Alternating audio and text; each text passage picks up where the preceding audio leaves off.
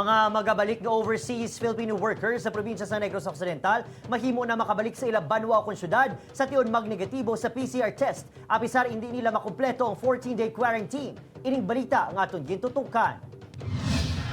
Matapos ginmando sa Malacanang ang gilayon nga pagpauli sa mga luyag magbalik probinsya, 129 ka seafarers sakay ang malasakit voyage, 117 ka stranded negrense kag OFWs sakay sa duha ka Mercy flights ang nagabot sa probinsya kahapon.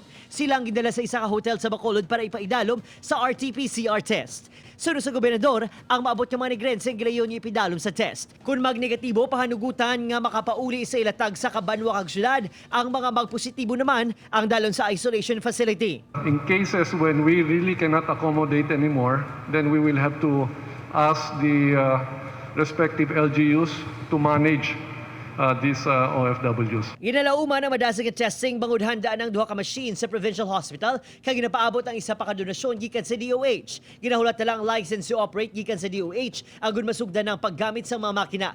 May 283 ka kwarto sa hotel kag quarantine facilities ang ginpreparar sa probinsya apang ginalantaw nga kulangon ini gani nagahingyo ang gobernador sa mga LGU nga iplastar sa maayong quarantine facilities sa ila mga lugar.